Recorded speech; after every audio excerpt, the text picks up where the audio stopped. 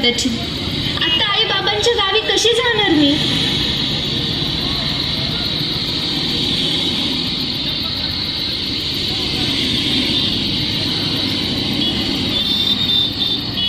आईला लय वाऱ्या, लय मजा येईल राव.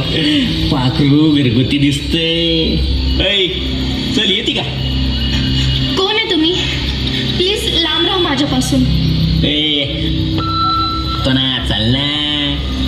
हे पहा, तुम्ही इथून जा, नाहीतर मी आरडाओरडा करेन.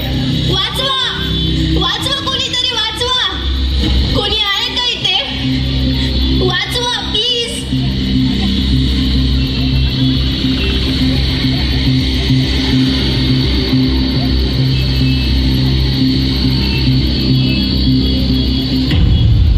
अहो दादा, एवढा पत्ता सांगता का? एवढा पत्ता सांगते का ग? तुम्ही जे शोधताय ते स्थळ इथे आसपास कुठेच नाही. तुम्ही चुकलाय कदाचित.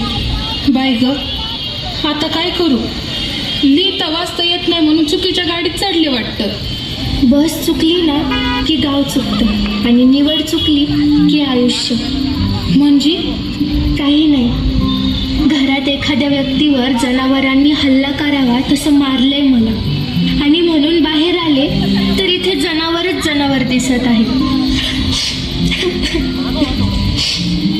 अगं घाबरू नको.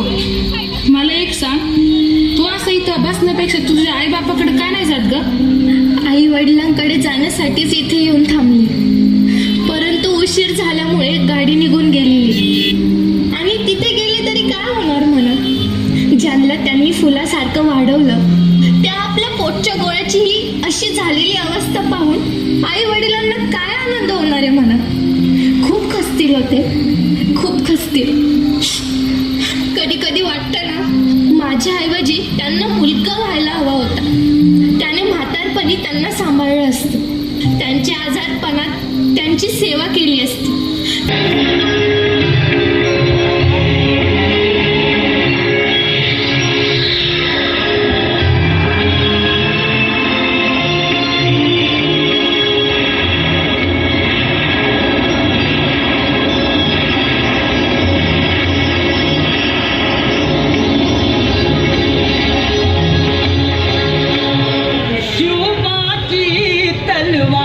चमके शिवाची तलवार, तापत्या बिजलीचा अवतार, गेले खालीवरती वार. हो चमके शिवाची तलवार. स्वारी करून येत होता. आपल्याला खाली जावे लागेल.